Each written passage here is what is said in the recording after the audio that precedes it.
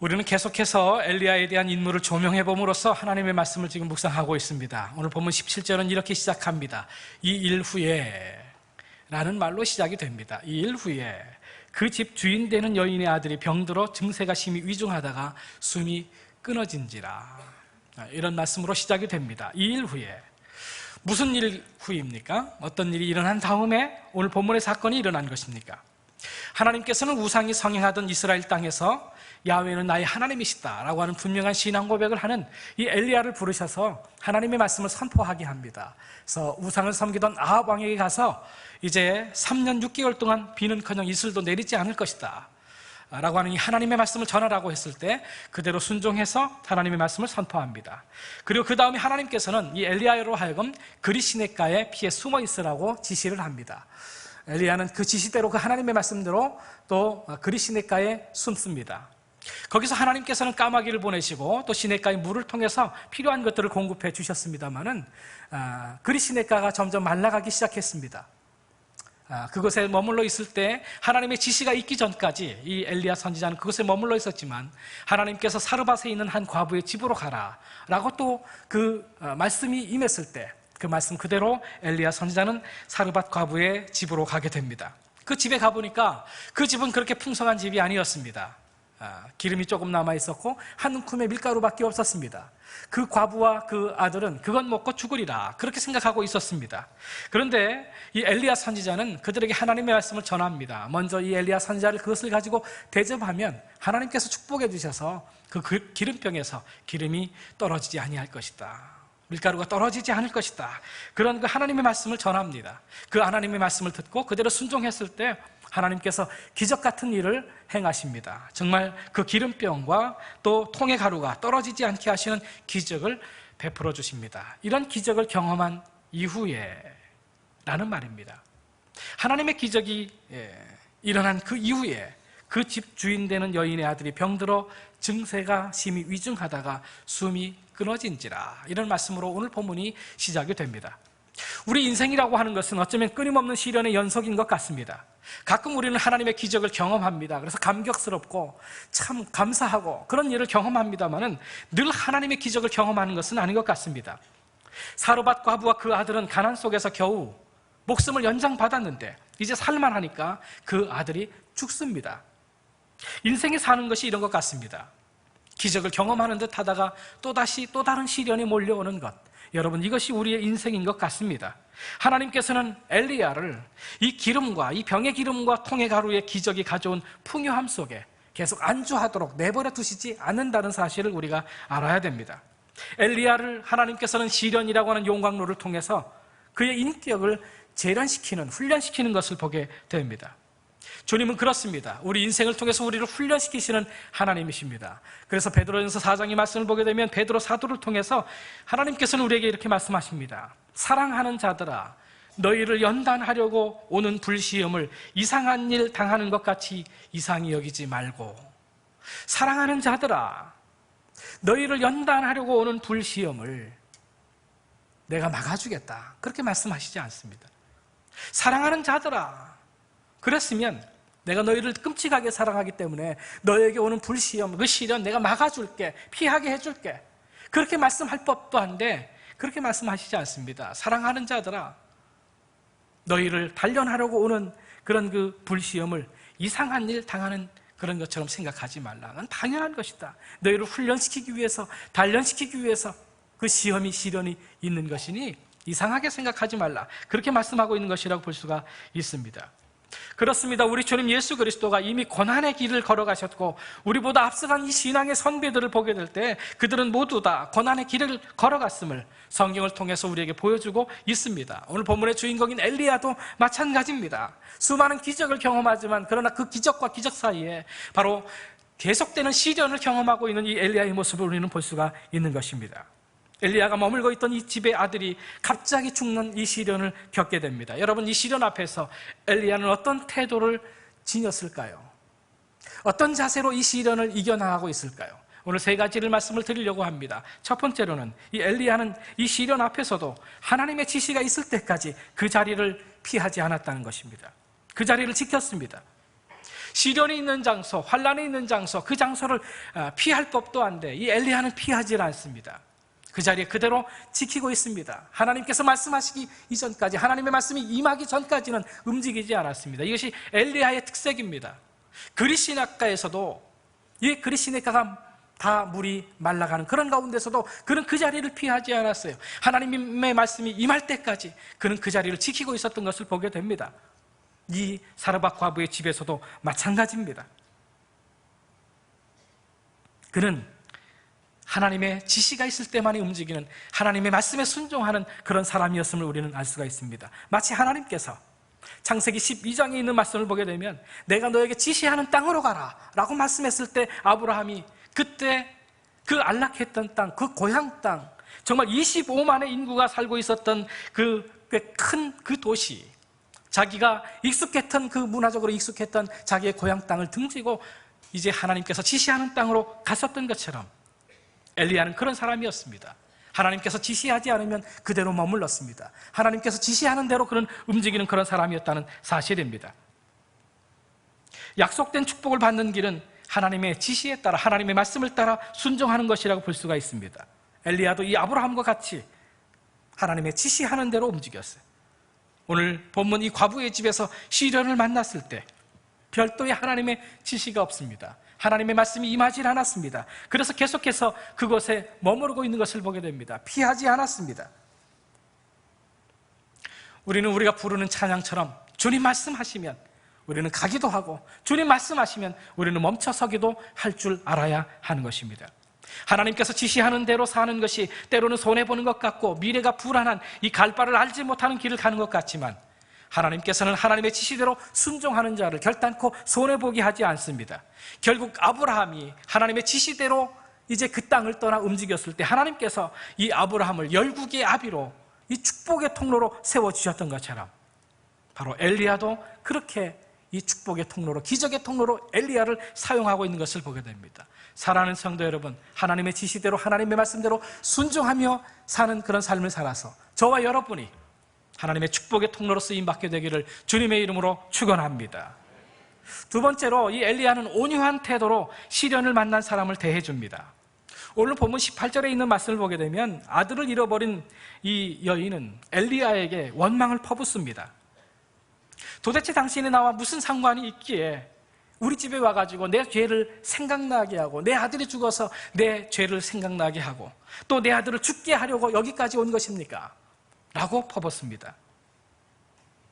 아들이 죽은 것에 대한 책임을 지금 다른 사람, 주변에 있는 사람에게 지금 전가하고 있는 이 과부의 모습을 볼 수 있습니다. 엘리야가 그 아들을 죽게 하기 위해서 그 집에 온 것입니까? 그렇지 않습니다. 기근에서 그들을 구원하기 위해서 엘리야 선지자를 하나님께서 보내주신 것인데 도리어 그녀의 아들을 죽이러 왔다고 원망하고 있는 것을 보게 됩니다. 굶어 죽을 지경에 있었던 이 아들을 지금까지 살도록 생명을 연장시켜준 사람이 누구입니까? 엘리야를 통해서 하나님께서 이 아들의 생명을 연장시켜준 것이 아닙니까? 그렇다고 한다면 그 은혜에 감사해야 되는데 감사하기는커녕 지금 악담하고 있습니다. 마지막 빵 하나 먹고 죽는다고 하는 때는 언제인데 누명을 지금 씌우고 있는 것입니다.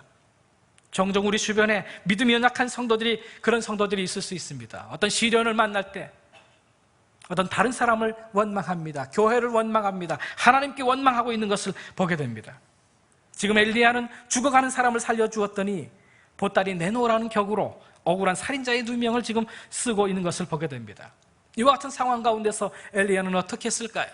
도대체 무슨 얘기냐고, 지금 내가 이 집에 와서 당신들이 이제까지 이렇게 기름병이 떨어지지 아니하고 밀가루가 떨어지지 않은 가운데서 지금까지 살아온 것이 나의 은혜가 아니냐고 엘리야는 그렇게 반문했을까요? 그렇게 변론했을까요? 그렇지 않습니다. 이 시련 때문에 지금 원망하는 이 여인의 이 태도에 대해서 엘리야는 어떻게 반응하고 있는가? 오늘 보면 19절에 있는 말씀을 보십시오.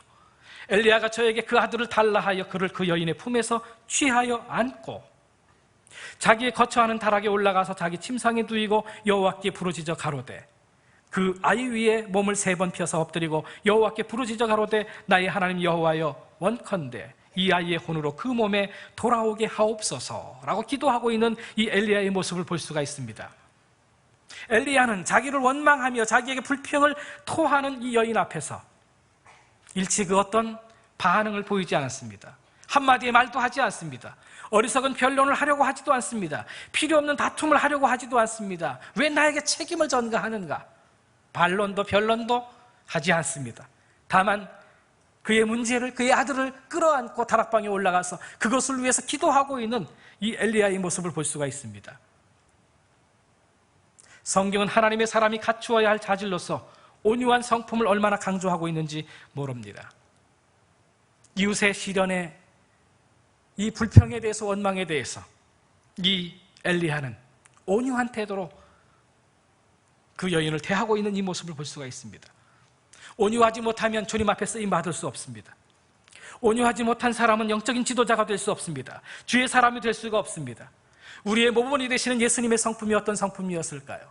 마태복음 11장 29절에 이렇게 말씀하고 있습니다. 나는 마음이 온유하고 겸손하니 나의 멍에를 메고 내게 배우라 말씀하고 있습니다.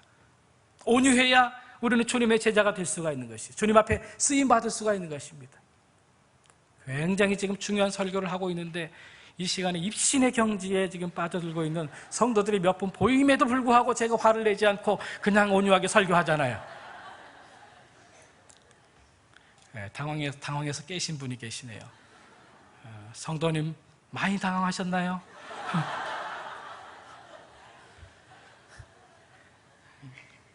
성령의 9가지 열매 중에도 이 온유의 성품이 있는 것을 보게 됩니다.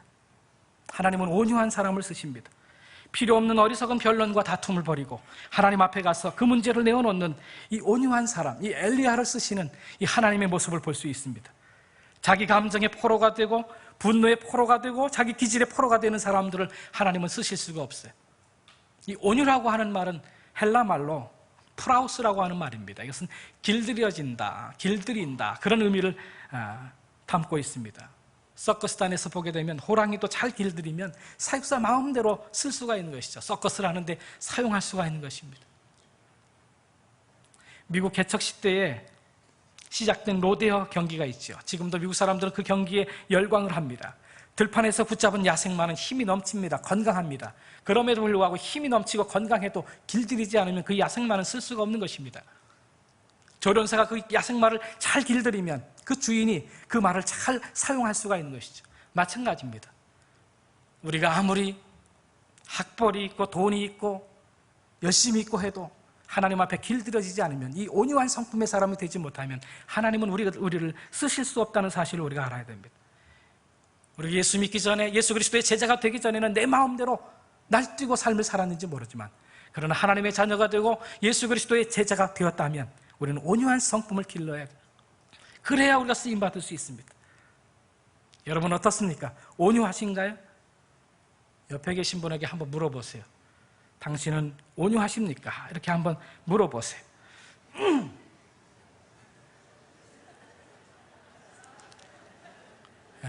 무서워서 묻지도 못하겠죠? 본인이 제일 잘할 겁니다.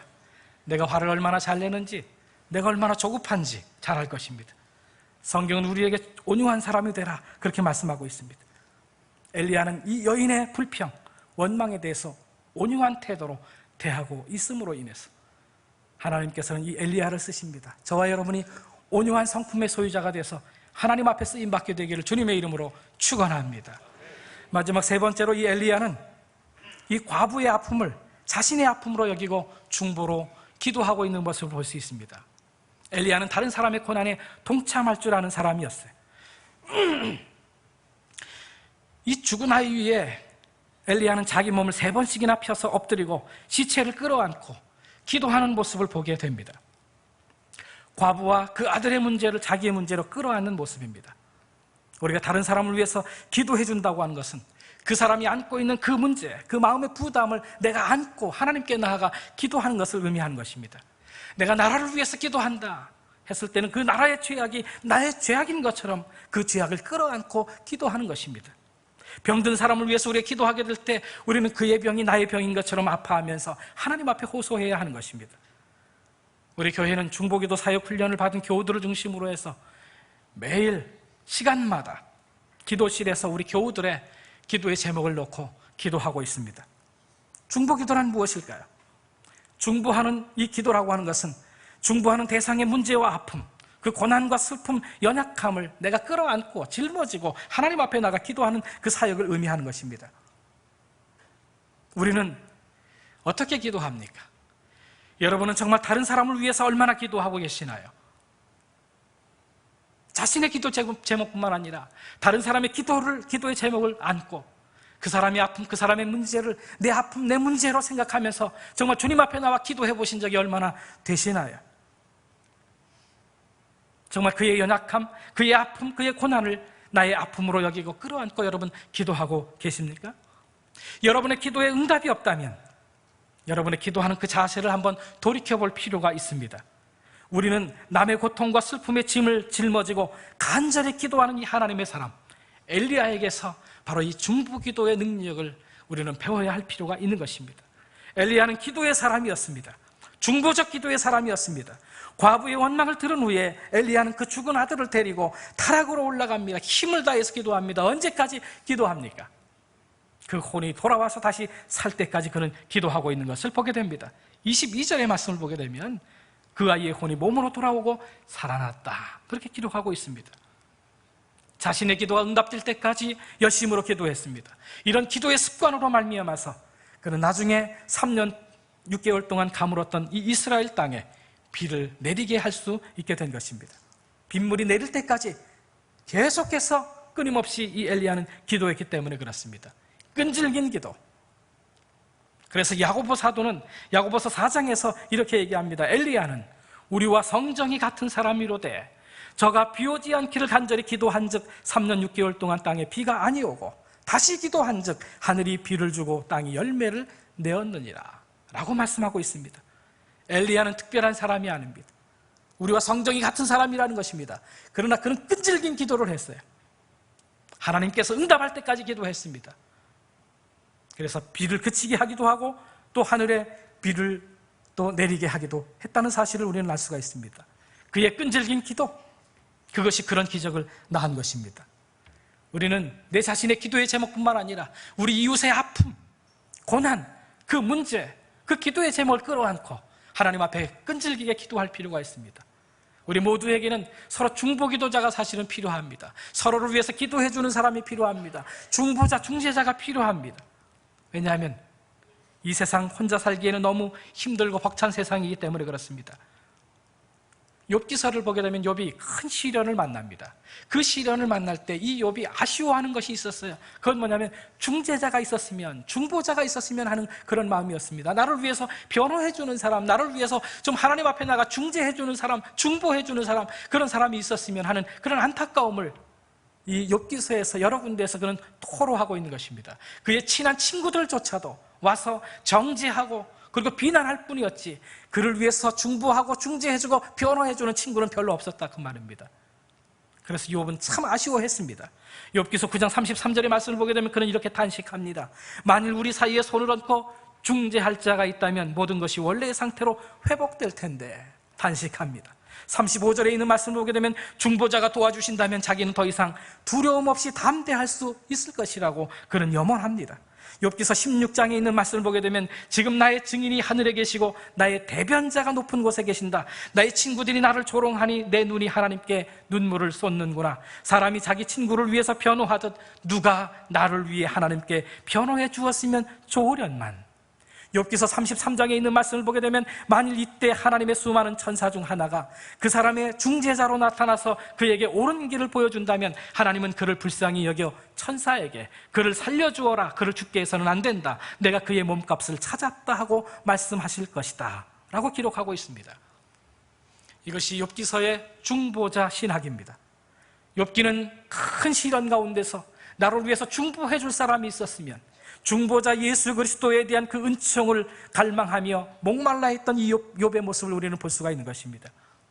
여러분, 그렇습니다. 우리는 모두 중보자가 필요한 존재들이었어요.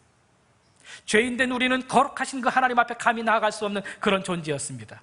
그런데 하나님께서 중보자 예수 그리스도를 이 땅에 보내셔서 십자가를 통해서 우리의 죄악을 다 끌어안으시고 우리의 고통과 우리의 아픔을 다 끌어안으시고 우리가 직접 하나님 앞에 나가 기도하며 하나님 앞에 나아갈 수 있는 길을 열어주셨다는 사실입니다. 예수님은 중보자로 이 세상에 오셨어요. 십자가 사역을 통해서 하나님과 우리 사이에 단절된 그 길을 중보해 주셨습니다. 연결해 주셨던 것입니다. 십자가를 통해서 중보의 사역을 마치신 다음 예수님께서 하늘로 승천하신 다음에 어떻게 하시나요? 그분은 하나님 보좌 우편에 앉으셔서 끊임없이 우리 성도들을 위해서 중보 기도하며 계신다고 성경은 그렇게 증언하고 있는 것을 보게 됩니다. 그리고 그 예수 그리스도는 바로 우리 모두에게 이 중보 기도 사역을 우리에게 나누어 주셨어요. 이제 너희가 서로를 위해서 중보하며 기도해라. 너희가 서로를 위해서 기도해 주어라. 중보자가 되어라 라고 우리에게 그 사명을 주셨다는 사실을 우리가 알아야 합니다. 야고보서 5장에는 그래서 이렇게 말씀합니다. 믿음의 기도는 병든 자를 구원하리니 주께서 그를 일으키시리라. 혹시 죄를 범하였을지라도 사하심을 받으리라. 그러므로 너희 죄를 서로 고하며 병이 낫기를 위하여 서로 기도하라. 우리는 서로 중보해 줘야 됩니다. 서로 기도해 줘야 됩니다. 에베소서 6장에는 이렇게 말씀합니다. 모든 기도와 간구를 하되 항상 성령 안에서 기도하고 이를 위하여 깨어 구하기를 항상 힘쓰며 여러 성도를 위하여 구하라. 우리는 다른 여러 성도를 위해서 간구해 주어야 하는 것입니다.